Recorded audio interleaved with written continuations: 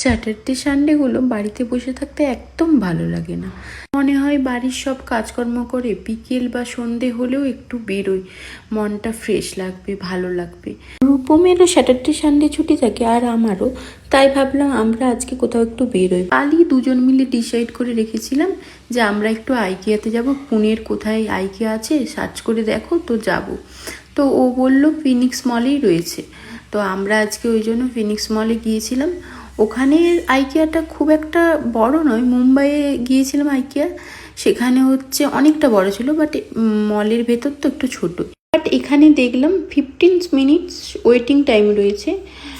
Maybe হয়তো shopping মলের ভেতর তো ছোট বলে ভেতরে প্রচুর জন গেলেই হয়তো গ্যাদারিং বেশি হবে ওই জন্য।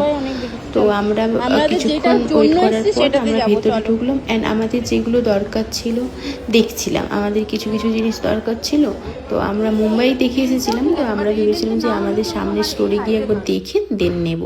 তো আমরা দেখলাম এখানের মিররটা এত আমার পছন্দ হয়েছিল, আমি বারবার মিররটার সামনে গিয়ে শুধু ছবি তুলছিলাম। আর রূপম বলছে ঠিক আছে চলো, যদি তোমার পছন্দ হয় কিনে নাও। আমি বলছি ঠিক আছে, আমি আরও একটু দেখি দেন কিনবো। আর আমার অভ্যেসই হচ্ছে একটু বেশি দেখবো দেন আমি চয়েস করে কিনবো। আমি একটু বেশি ঘুরবো, দেখবো, বুঝবো, দেন কিনবো। এই ক্যান্ডেল সেকশনগুলো এসে একটা ক্যান্ডেল এত পছন্দ হলো আর এত সুন্দর স্মেল ছিল, তো আমি একটা নিয়েও নিয়েছি। দেন তারপরে আমি আরও কিছু চেষ্টা দেখছিলাম, যেটা আমরা অনেক দিন ধরে ভাবছি আমাদের নিতে হবে, বাট আমরা অনেকবার দেখেছি। আগের বারে মুম্বাইয়েরও আইকিয়াতে প্রচুরবার ওখানে দেখে এসেছি, তারপরে এখানে এসে দেখলাম, অনলাইনে দেখেছি। দেন ফাইনালি আজকে বাড়ি গিয়ে হয়তো ডিসাইড হবে আমরা। এই আইকিয়াতে এলে কিছু না কিছু জিনিস নেওয়াই হয়ে যায়, তো কয়েকটা জিনিস আমি নিলাম। দেন পাশেই ছিল হোম সেন্টার, ওখানে একটু গিয়েছিলাম।